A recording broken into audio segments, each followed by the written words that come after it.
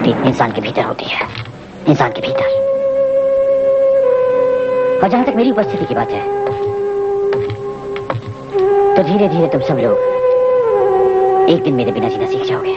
नहीं पंडित जी, नहीं, ऐसा मत बोलिए पंडित जी। प्रणाम पंडित जी। हाँ कालिंदी, बोलो क्या बात है? महारानी ने मेरा निवेदन स्वीकार किया या नहीं? हाँ पंडित जी, महारानी ने आपका निवेदन स्वीकार कर लिया है, लेकिन इस वक्त उनसे मिलना मुमकिन नहीं। लेकिन क्यों? क्योंकि महारानी इस वक्त महाराज के कक्ष में है, आपको इंतजार करना होगा।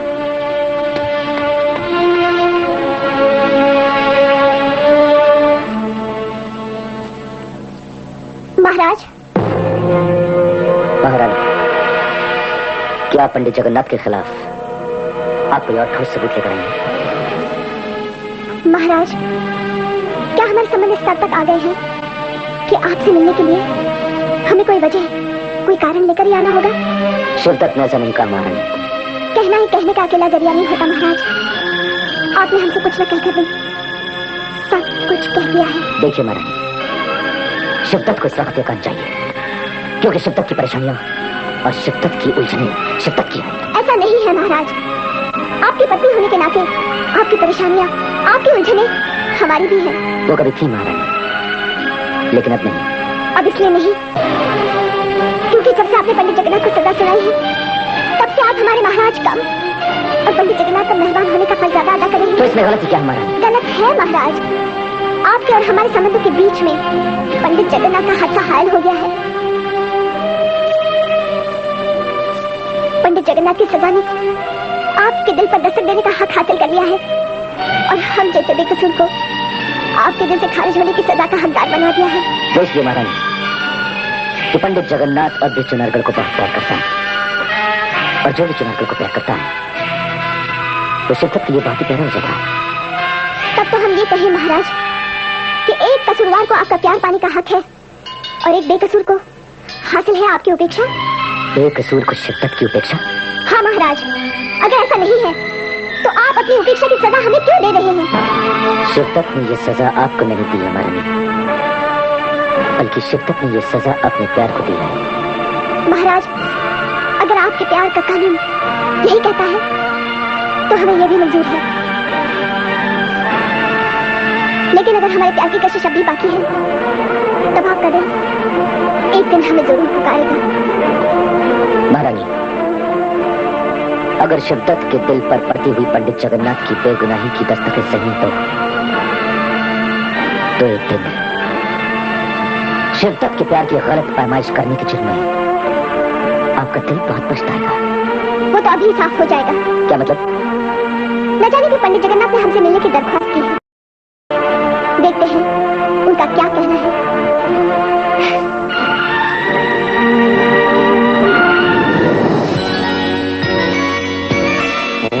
चंद्रकांता की कहानी ये माना है पुरानी, नौकर विजयगढ़ में थी तकरार, नौकर कथा जो राजकुमार चंद्रकांता से करता था प्यार, चंद्रकांता से करता था प्यार।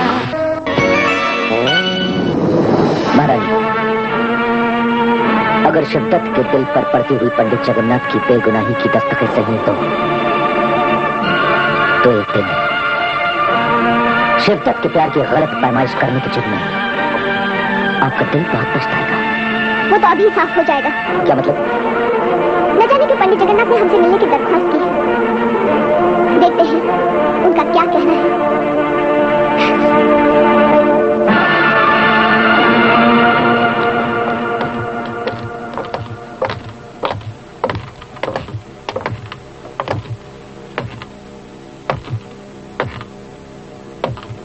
महारानी, पंडित जगन्नाथ, आपने हमसे मिलने की ख्वाहिश की थी, कोई खास वजह?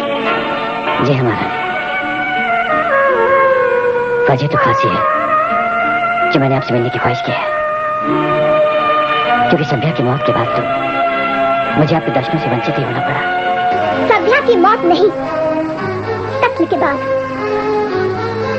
जी हाँ महारानी, कत्ल के बाद, क्योंकि संध्या के कत्ल का इल्जाम तो मैं मंजूर कर ही चुका हूँ, लेकिन मैंने संध्या की शादी करने का गुनाह नहीं किया महारानी। क्या आप यही सब यहाँ कहने आए हैं? जी हाँ, आपको ये विश्वास दिलाकर और इस दाग से उड़े होकर ही मैं चुनारगढ़ से जाना चाहता हूँ। जब आप सभ्य के कत्ल का संगीन जुर्म कर सकते हैं, तब आप सभ्य से शादी भी कर सकते हैं। जी हाँ, लेकिन महारानी, उसका कत्ल करने के लिए मुझे उससे शादी करने की जरूरत क्या थी? यही बात हमें याद न दे रही है पंडित जगन्नाथ। आपने सभ्या के साथ घात, प्रतिघात और विश्वासघात किया है। नहीं महारानी, नहीं, मैंने सभ्या के साथ घात और विश्वासघात नहीं किया। प्रतिघात का गुनहगार बेशक हो सकता महारानी। गुनहगार हो सकता हूँ? पंडित जगन्नाथ, आप हत्यारे हैं। वैसे हम ये कभी नहीं भूल सकते कि आपने हमारे साथ किस तरह वफादारी निभाई है, लेकिन हम ये भी नहीं भूल सकते कि आपने मासूम सभ्या की हत्या करके हमारी सबसे अनमोल धरोहर हमसे छीन ली है। महारानी, सभ्या मेरे लिए भी अनमोल थी, अनमोल ही नहीं, वो मेरे लिए आपकी सुरक्षा का कवच थी, वो मेरी परामर्शदाता थी महारानी।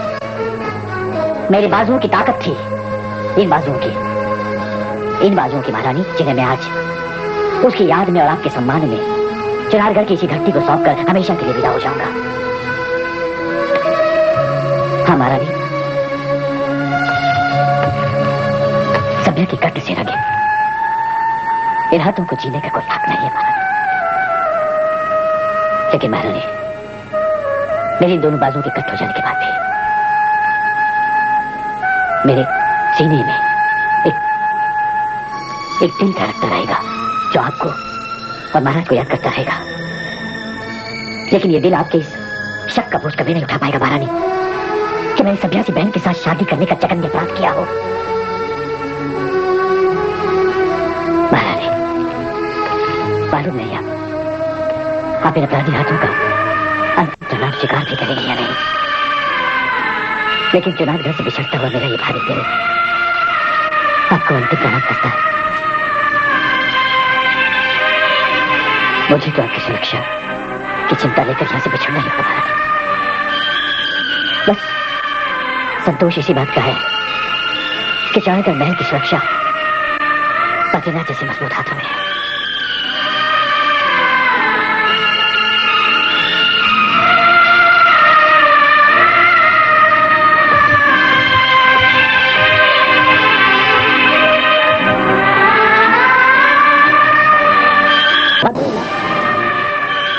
मुझे तो आपकी सुरक्षा की चिंता लेकर यहां से बिछड़ना ही होगा। बस संतोष इसी बात का है कि चाहकर महल की सुरक्षा पतिना जैसे मजबूत हाथों में है।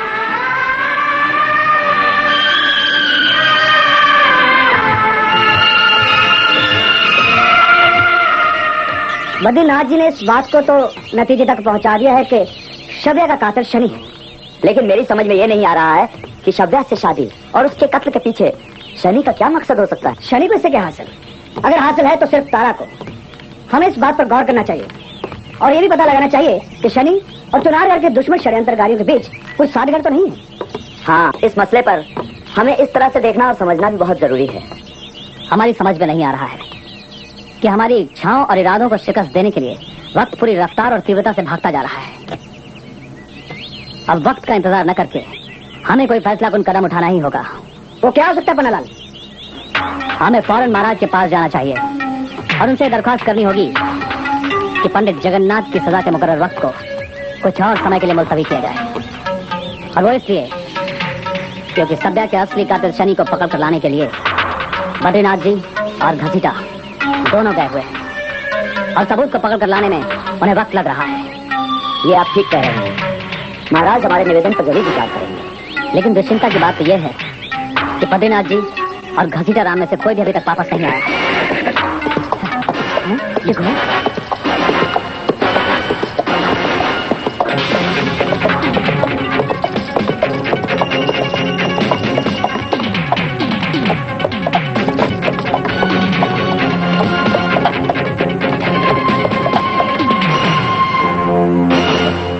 घसीटा, ये तो सर्वनाश होगा पन्नालाल। ये दुश्मन ने हमारे साथ बहुत बड़ा अपघात किया है। विजय बहादुर, घसीटा को नीचे उतारो।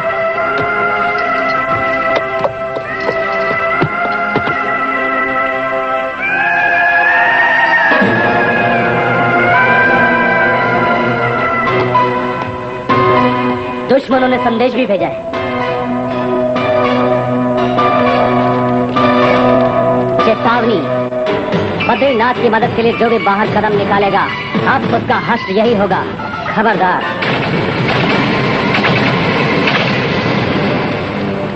घसीटा की बलि चढ़ गई। दुश्मनों ने बद्रीनाथ जी का रास्ता रोकने की कोशिश की। घसीटा की बलि चढ़ गई। अब दुश्मनों को पकड़ने से पहले जरूरी है कि पंडित जगन्नाथ जी की सजा को मुलतवी कराया जाए। तो जैसा आपने कहा है, महाराज से फौरन दरखास्त की जाए, क्योंकि बद्रीनाथ जी की जान दांव पर लगी हुई है। हाँ, लेकिन बन्ना, हमें इस बात को भी ध्यान रखना चाहिए कि महाराज ने पिछली बार हमारी सजा खारिज कर दी। यही ठीक रहेगा। हमें पंडित जगन्नाथ से इल्तिजा करनी होगी कि वो अपना इकबालिया बयान बदल दें, वरना उनकी जिद पर न जाने कितनी और बलियां चढ़ जाएंगी। लाश उठाओ। किसकी लाश है? किसकी लाश है ये? घसीटा की। आपके घसीटा की। ये क्या कह रहे थे? अल्लाह, कैसे हुआ ये? किसने पत्थर किया घसीटा का? ये तो नहीं मालूम, लेकिन इतना जरूर मालूम है कि घसीटा ने आपकी जान बचाने के लिए आपकी खातिर अपनी बलि दे दी।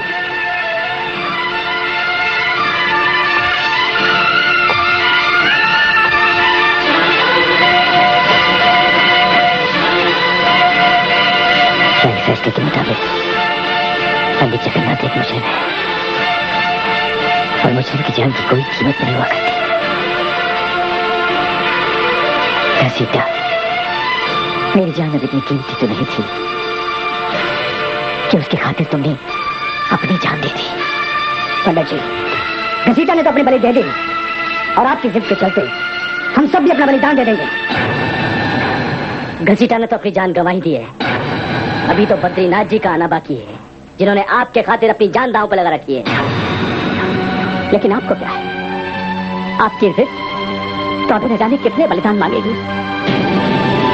इन सारे हालात को मद्देनजर रखते हुए पंडित जी, अगर आप अपनी विवेक का इस्तेमाल करें तो आप महाराज को अब असलियत पेश कर दीजिए। हाँ पंडित जी, आप असलियत बयान करके घसीटा राम की दर्दनाक मौत जैसी तबाही से हम सबको बचा सकते हैं, और हम सब भी बिखरने के बजाय एक साथ मिलकर चुनारगढ़ के लिए वो बुलंदियां हासिल कर सकते हैं जो आपकी जिंदगी का एकमात्र मकसद है। जय जी। चुनारगढ़ की बुलंदियों के सामने कोई भी बलिदान बहुत मामूली बलिदान है। मैंने भी बस वही बलिदान किया है। नहीं पंडित जी, आप गलत कह रहे हैं। आप अपने भाई शनि की कारगुजारियों की कीमत अदा कर रहे हैं। आप अपनी जिद पर अड़े हुए हैं। हाँ पंडित जी, हाँ, एक शनि की खातिर आप हम सबके प्राणों की आहुति दे रहे हैं। आप नहीं जानते हैं कि आपकी जिंदगी की कीमत हम लोगों के लिए कितनी जरूरी है। हाँ पंडित जी, हाँ, और हम आपकी बर्बादी बर्दाश्त नहीं करेंगे। पंडित जी, आप माने या ना माने, लेकिन हम आपकी आज्ञा के बगैर महाराज के सामने जाकर के सच्चाई जरूर पेश करेंगे। हाँ पंडित जी, हम सब ने यही तय किया है। नहीं बनना तो अपना तय किया वही कदम नहीं उठाओगे। तुम मुझे महाराज की सजा और उनका आदेश पूरा करने में मेरी मदद करोगे और इस सजा की मार्फत मुझे मेरा प्रारब्ध भुगतने दोगे। मेरी सौगंध है बनना, तुम महाराज से कुछ नहीं खाओगे। पंडित जी, आपने मुझे सौगंध दे करके बड़ी कठिन परिस्थितियों में डाल दिया है। नहीं बनना, ये सिर्फ इसलिए कि महाराज को अपनी सजा रद्द करने की शर्मिंदगी न महसूस करनी पड़े और मुझे महाराज की नजरों में सच्चाई छुपाने की शर्मिंदगी का सामना न करना पड़े।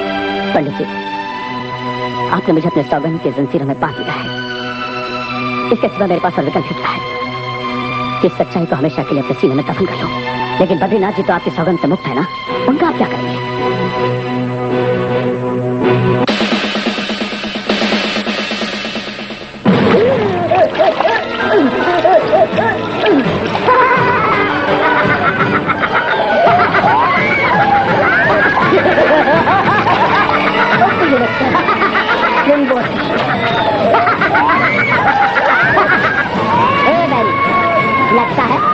लगता नहीं तुम्हारी मौत निश्चित है।